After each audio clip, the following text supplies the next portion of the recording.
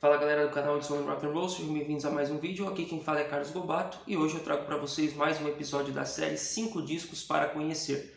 E conforme vocês já leram no título e já repararam também aqui na decoração do cenário, hoje estaremos falando sobre a banda Pink Floyd, uma das bandas favoritas aí da maior parte do pessoal que curte, né, que coleciona, que gosta de rock, enfim, né? Uma banda que comumente é classificada aí como rock progressivo, mas nem toda a sua carreira seguiu por essa linha, né? A banda foi bastante além disso, embora eu classifique de maneira didática assim, o Pink Floyd como uma das bandas de rock progressivo, né? E aí, se você discorda de mim, pode deixar nos comentários. Hoje eu vou estar então indicando 3 discos de estúdio, um disco ao vivo e uma coletânea, como a gente sempre faz aqui, né? Para que você possa conhecer melhor a banda, né? Partindo do pressuposto que alguém que possa estar assistindo esse vídeo não conheça. E se você já conhece também, para a gente debater se esses seriam aí os mesmos discos que você indicaria ou não, e por que você indicaria algum outro, né? Também foi uma banda que não foi uma escolha tão fácil, né? Mas talvez a banda que eu não consegui fugir muito do óbvio. Aí vocês vão me dizer se realmente vocês concordam comigo ou não, né? Eu sempre procuro trazer pelo menos uma ou outra coisa aqui dentro dessa seleção de 5 discos que possam fugir um pouco ali do que as pessoas podem considerar óbvio ou dos maiores sucessos, dos discos mais aclamados, né? Será que eu consegui isso com o Pink Floyd? Você vai conferir isso logo após a vinheta.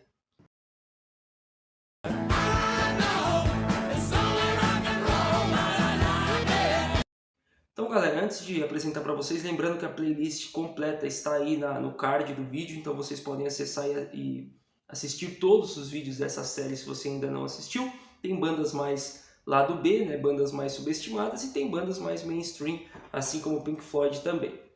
E aí você também pode deixar a sua inscrição caso não seja inscrito no canal, estamos chegando aí a 3.000 inscritos já, ativar o sininho das notificações para receber as novidades, participar do grupo de transmissão do WhatsApp, que lá eu também posto as novidades, e aí na descrição do vídeo tem página do TikTok, do Instagram, enfim, que vocês podem também seguir e acompanhar por lá. Também você deixa o seu comentário, porque eu sempre leio e respondo todos os comentários, tá? Então, pessoal, da seleção que eu fiz aqui, começando pelos álbuns de estúdio, né? O Pink Floyd é uma banda que lança o seu primeiro disco lá em 67, que é esse daqui, ó, que é o Piper at the Gates of Dawn, um disco bem diferente do que viria a se tornar o Pink Floyd, ainda com o Syd Barrett aqui no início, né, como um membro muito importante, e aqui é psicodelia pura. Eu gosto muito da discografia do Pink Floyd, acho que tem a maioria dos discos são muito bons, tem um outro disco ali, talvez mediano, e só um disco que realmente eu considero ruim, que é o Final Cut, né? Eu salvo ali talvez umas 2 faixas para escutar. No mais, o Pink Floyd tem trabalhos assim brilhantes em todas as suas fases, inclusive nos anos 60, né? Mas vocês vão ver que eu foquei mais em um determinado período da banda, que para mim é o auge criativo aqui, né? E com aquele quarteto principal da banda, como a gente conhece, com o Roger Waters aí no baixo e nos vocais, também na composição, o David Gilmour nas guitarras e nos vocais e também na composição, e o Richard Wright no teclado e o Nick Mason na bateria, né? E acho que vale falar também sobre o Pink Floyd, que apesar de ser uma banda com um som bem progressivo em alguns casos, em alguns desses discos que eu vou mostrar aqui, a banda não tem membros tão virtuosos do ponto de vista técnico, né, de fazer assim malabarismos, enfim, coisas ali como o Emerson Lake and Palmer, sei lá, o King Crimson faziam e tal, né, o próprio Rush. Então são músicos que têm um estilo de tocar até bem simples, todos eles, né? Acho que alguns até bastante subestimados, como por exemplo o Nick Mason, o baterista, o Richard Wright, o tecladista.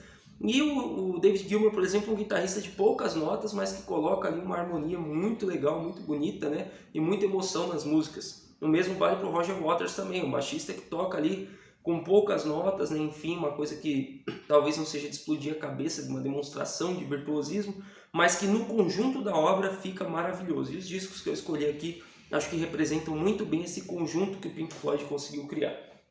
Então o primeiro disco que eu trago para vocês é uma obviedade, né? Um dos melhores discos de todos os tempos para mim, como eu já disse para vocês, né? Que é o Dark Side of the Moon. Então tá aqui, ó, esse aqui eu tenho ele em LP, 10 faixas, né? 10 faixas maravilhosas, perfeitas aí desse disco, que é um disco brilhante, uma das obras-primas aí da história da música, né? Então aqui tem músicas geniais, como por exemplo Us and Them, Money, Time, Breath in the Air, e para mim, por exemplo, a música Time é uma das músicas mais bonitas de todos os tempos, uma composição maravilhosa É um disco assim cheio de efeitos sonoros, cheio de arranjos assim que são muito legais. Realmente um disco muito criativo, muito inventivo, uma obra-prima aí e uma sonoridade brilhante, né? Um disco extremamente bem produzido, principalmente nessa edição que eu tenho aqui. O som é espetacular. Então, Pink Floyd Dark Side of the Moon, tanto que eu tenho ele aqui, ele é de 73, né? Inaugura aí para mim essa fase que o Pink Floyd faz coisas perfeitas na sequência. E tenho ele aqui inclusive na edição Experience em CD também. Então, Pink Floyd, primeira indicação, o Dark Side of the Moon de 1973. É uma escolha óbvia sim, mas não tem como fugir muito disso daqui. É uma obra-prima, um dos melhores discos de todos os tempos. Na sequência, o próximo disco de 1975, também com uma capa maravilhosa, que é o Wish You Were Here. Apenas 5 músicas nesse disco, né? Tem essa ediçãozinha aqui em Digisleeve, né? E, cara, é um disco assim que, apesar de ter poucas canções, as canções são brilhantes, né? Tem aqui Wish You Were Here, que é maravilhosa, Have a Cigar e as duas partes de Shine On You, né? Crazy Diamond, que são sensacionais, é um disco assim muito legal de se escutar do início ao fim. Mais uma obra-prima criada aí pelo Pink Floyd nessa sequência, né, dos anos 70 ali, que eles estavam totalmente inerrantes assim, em um grande momento, tudo que fazem aí perfeito. Então, assim como Dark Side of the Moon, que não é só um disco que todas as músicas são boas, mas todos os momentos, né, cada segundo, cada acorde, cada arranjo dentro do disco são espetaculares, Wish You Were Here não é diferente. Então, mais uma indicação aí, 1975, Wish You Were Here.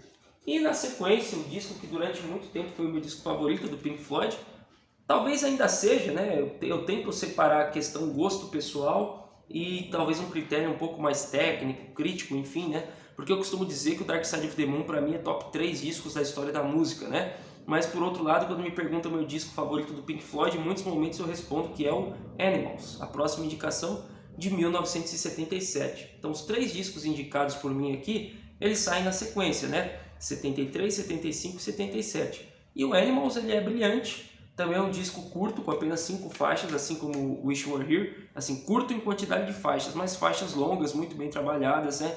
Que tem, aqui segue um conceito, né?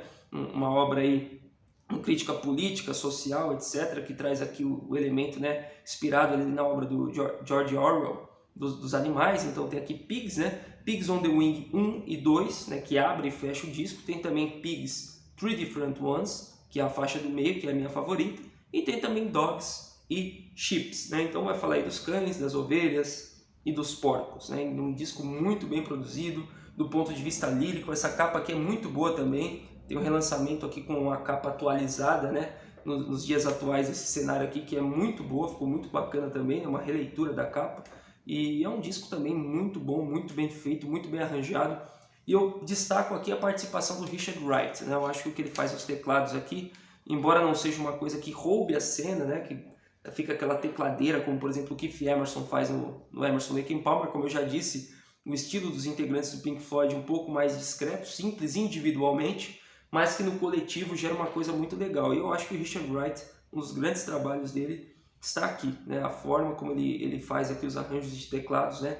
Fica muito bacana. E o Animals aí, talvez do ponto de vista do disco favorito, o meu disco favorito do Pink Floyd, 1977. Esse daqui é fundamental também por todo o contexto, né? De capa, de letra, de composição, de arranjo, de execução, tudo muito bem feito aqui. 5 músicas maravilhosas para o Animals. Então, tá aí respondida a pergunta lá do começo do vídeo, né? Essa banda, o Pink Floyd, eu não consegui fugir do óbvio, né? Eu cheguei perto de falar aqui de colocar o Atom Heart Murder na lista, que é um disco que eu demorei para compreender ele, mas um disco que hoje eu gosto bastante. Eu gosto muito também da fase Gilmour à frente da banda, tanto o Momentary Lapse of Reason, que está aqui, o Division Bell, mas eu acho que fica meio que indiscutível que os 3 principais discos da banda são esses que saíram nessa sequência. Muita gente talvez colocaria The Wall, aqui de 79, é um disco muito bom, mas que eu não gosto dele por completo. Eu acho que tem um ou outro momento ali que cai um pouquinho o nível, né? E é um disco duplo, conceitual, brilhante, né? Não estou tirando o mérito aqui, mas para mim ele tem algumas patinadas ali que não mantém o nível tão lá em cima o tempo inteiro. É um disco maravilhoso, mas por esse critério eu acabei deixando ele de fora e fiquei com aqueles que eu considero perfeitos, né? O Dark Side of the Moon, ou Wish You Were Here e o Animal são discos assim que não tem nenhum momento um pouco abaixo da média, ele se mantém sempre por cima ali em cada acorde, em cada faixa. E agora passando para o disco ao vivo, tem uns discos muito bons ao vivo do Pink Floyd, né? Mas eu vou aqui com o Pulse, né? E o Pulse eu tenho aqui essa edição em DVD, é um DVD duplo, e é um show maravilhoso ali em meados da década de 90, já não conta com o Roger Waters, né, no baixo, então aqui nós temos os 3 integrantes originais da banda, né? São David Gilmour, originais não, clássicos, né? Um integrante original seria Syd Barrett.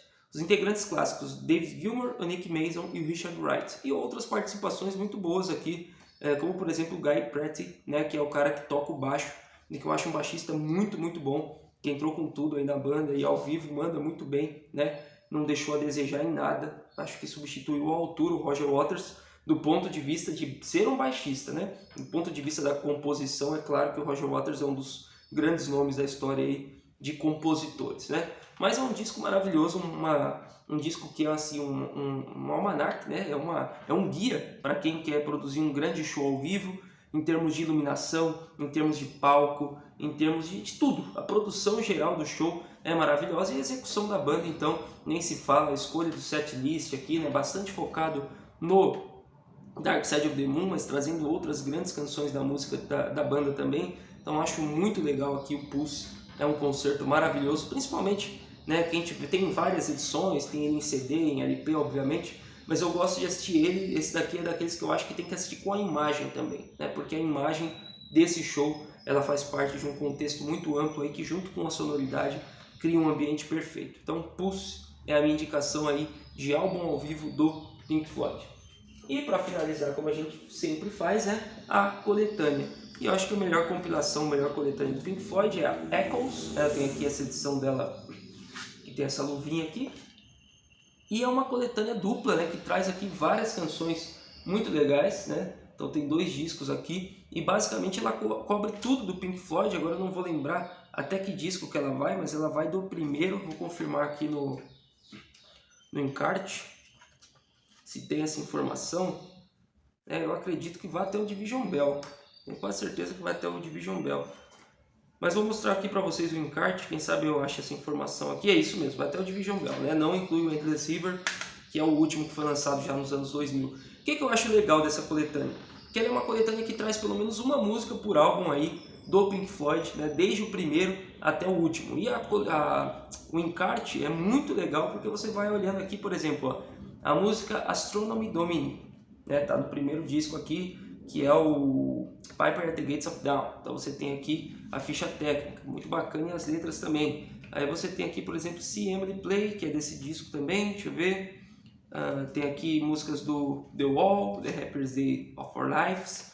Não está necessariamente numa ordem cronológica, mas é bem abrangente, né? E completa tudo. Tem músicas também aqui do Division Bell, como eu disse, e tudo isso muito bem organizado aqui dentro do encarte. Então, Obscured by Clouds também, o More. Então, vários discos aqui que eu não consegui indicar para vocês, né? Porque eu trago só 3 de estúdio e que estão presentes aqui, muito bem representados nessa coletânea Echoes. Coletânea, como eu disse para vocês, dupla. E uma coletânea brilhante aí do Pink Floyd.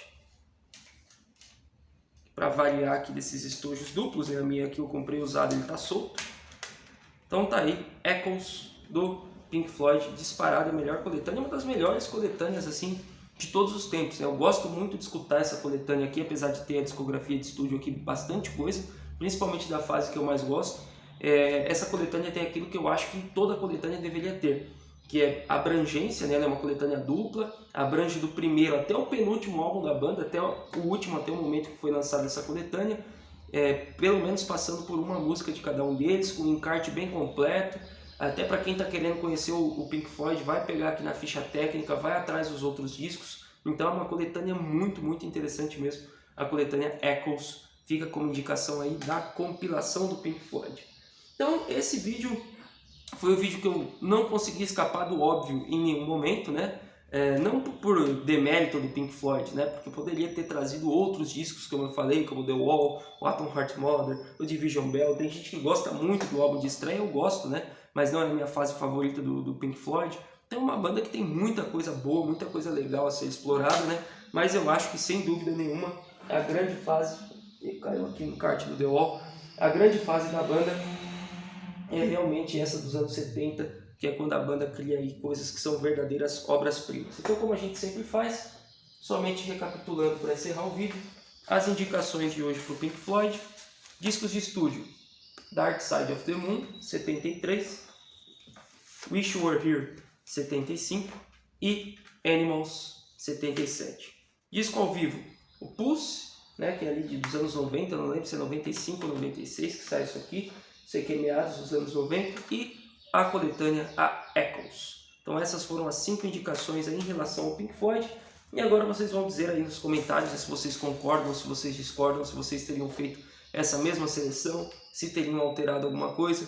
Deixe aí o seu comentário, porque eu leio e respondo a todo mundo. Se você gostou do vídeo, deixa o like aí, enfim, se inscreve no canal. Valeu e até a próxima.